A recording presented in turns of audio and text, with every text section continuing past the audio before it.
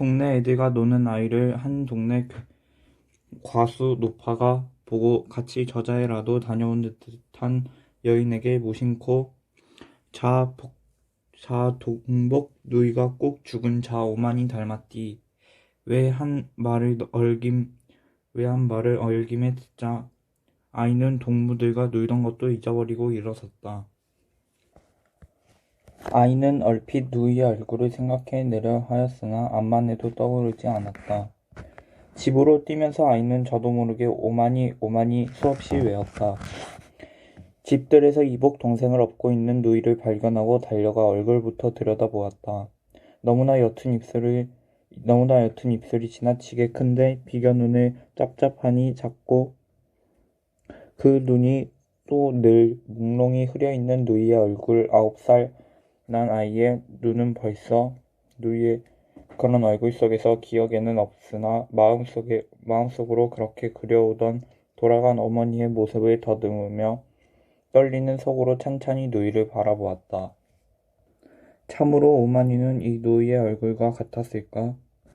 그러자 제법 어른처럼 갓난 이복 동생을 업고 있던 11살 자비 누이는 전에 없이 별나게 자기를 자세히 들여다보고는 동복 남동생에게 마치 어머니다운 애정이 끌어오르기나 한 듯이 미소를 지어 보였을 때 아이는 누이의 지나치게 큰 입새로 드러난 검은 잇몸을 바라보며 누이에게서 돌아간 어머니의 그림자를 찾던 마음은 온전히 사라지고 어머니가 누이처럼 미워서는 안 된다고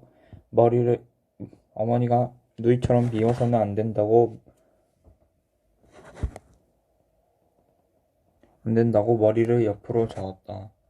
우리 오만이는 지금 눈앞에 있는 누이로서는 흉내도 못 내겠으래 무척 예뻤으리라. 그냥 남동생이 귀엽다는 듯이 미소를 짓고 있는 누이에게 아이는 처음으로 눈물을 흘기며 무서운 상을 해보였다.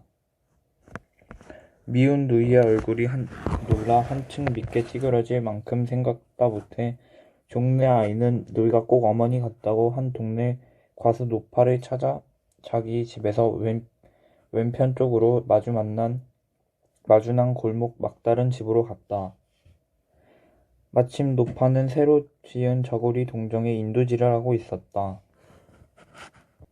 늘 남에게 삭바느질을 시켜 말쑥한 옷만 입고 다녀 동네에서 이름난 과수 노파가 제 손으로 인두질을 하다니 웬일일까. 그러나 아이를 보자 과수 노파는 아이보다도 더 의아스러운 듯한 눈치를 하면서 인두를 화로에 꽂는다. 아이는 곧 노파에게 아니 우리 오마니하고 우리 누이하고 같이 생겼단 말은 거짓말이디요? 했다. 노파는 더욱 수상하다는 듯이 아이를 바라보다가 그러나 남의 일에는 흥미 없다는 얼굴로 왜 닮았디 했다. 아이는 떨리는 입술로 다시 아니 우리 오마니 입하고 누이 입하고 다르게 생기지 않았지요? 하고 열심히 물었다.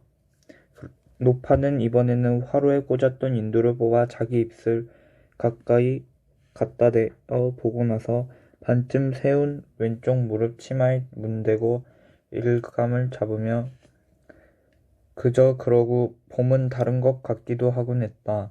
아이는 인두질하는 과수 노파의 손 가까이로 다가서며 퍼뜩 과수 노파의 손이 나이보다는 젊고 고와 보인다는 생각을 하면서 우리 오마니 님 몸은 우리 누이 님처럼 검디 않고 이뻤디요 했다.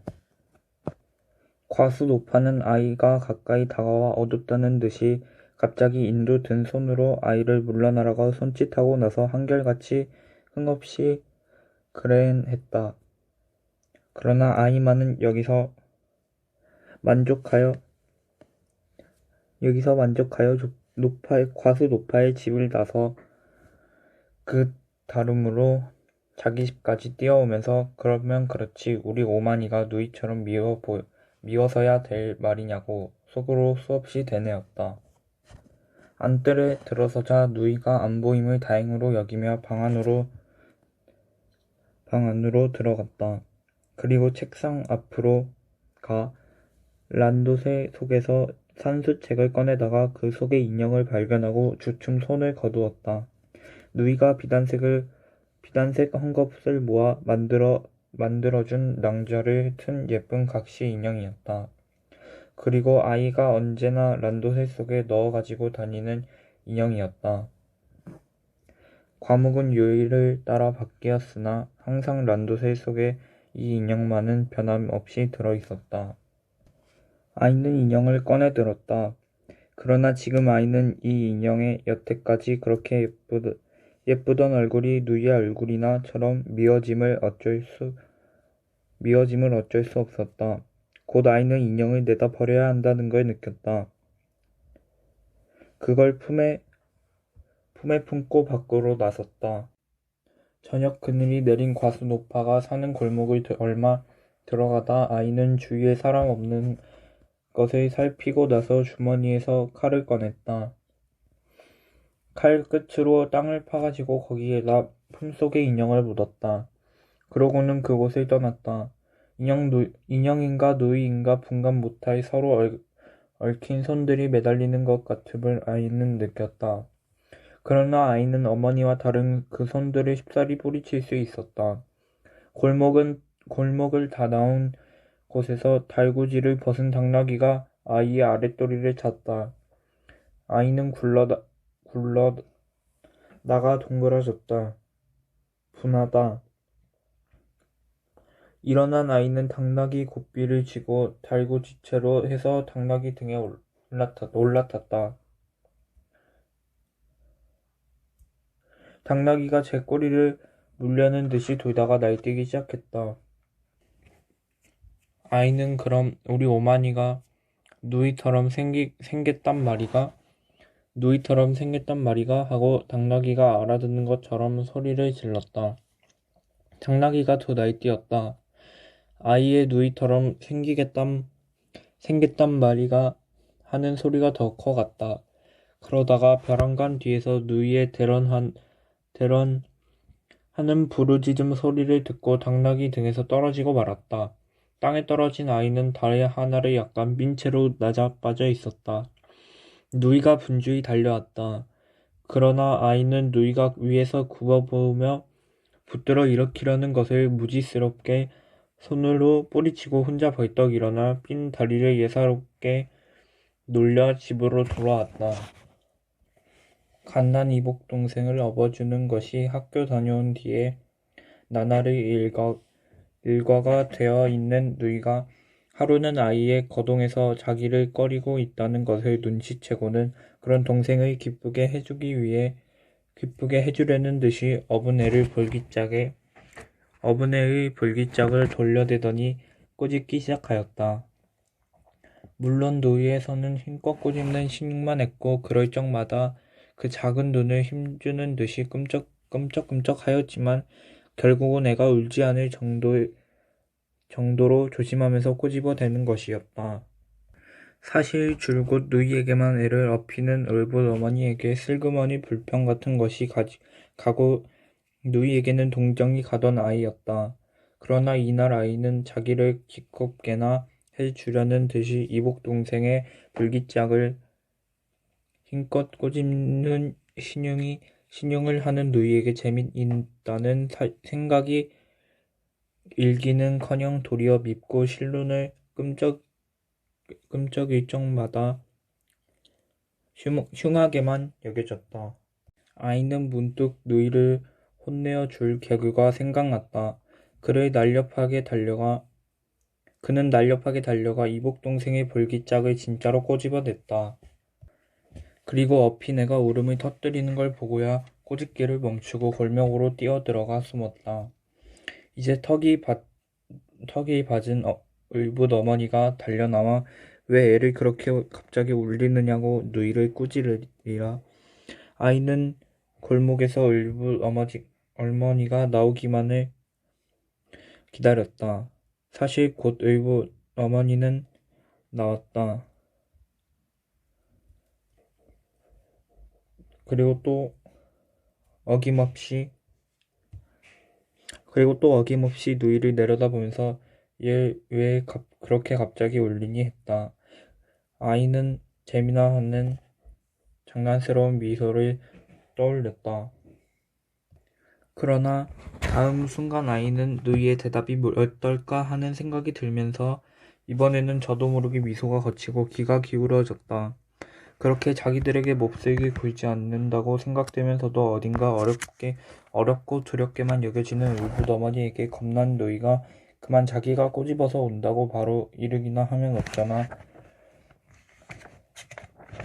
그러나 누이는 울부더머니가 어렵고 힘들고 두렵게 생각되지도 않는지 대담스럽게 고개를 들고 아마 내 등을 빨다가 울진 배가 고파 그런가 봐요. 배가 고파 그런가 봐요 하지 않는가. 아, 기묘한 거짓말을 잘 돌려댄다. 그러나 지금 대담하게 의붓 어머니에게 거짓말을 하여 자기를 감싸주는 누이에게 어머니의 애정 같은 것이 풍기어 오는 듯함을 느끼자 아이는 우리 오만이가 누이 같지 않다고 속으로 부르짖으며 숨었던 골목에서 나와 의붓 어머니에게로 걸어갔다. 그러고는 난 또 애 얻고 어디 넘어디지나 않았나 했군 하면서 누이의 등에서 어린애를 풀어내고 의붓어머니에게 아이도 이번에는 겁내지 않고 이자 내가 얘 엉덩이를 꼬집었시요 했다. 아이는 옥수수를 좋아했다. 옥수수를 줄줄이 다음 뜯어먹는 게 참 재미있었다. 알이 배고 곧은 자루면 엄지손가락 쪽에 손바닥으로 되도록 여러 알을 한꺼번에 눌러 밀어 얼마나 많이 붙은 쌍둥이를 떼어낼 수 있나 누이와 내기를 하기도 했었다. 물론 아이는 이 내기에서 누이한테 늘 졌다. 누이는 줄이 곧지 않은 옥수수를 가지고도 꽤는 잘 여러 알 붙은 쌍둥이를 떼어내곤 했다. 그렇게 떼낸 쌍둥이를 누이가 손바닥에 놓아 내밀어 아이는 맛있게 그걸 씹어먹기도 했었다. 그러나 이날 아이는 누이가 누가 많이 쌍둥이를 만드나 내기할까 하는 것을 단박에 싫어해버렸다. 누이는 혼자 아이로서는 엄두도 못 낼 긴 쌍둥이를 떼어냈다.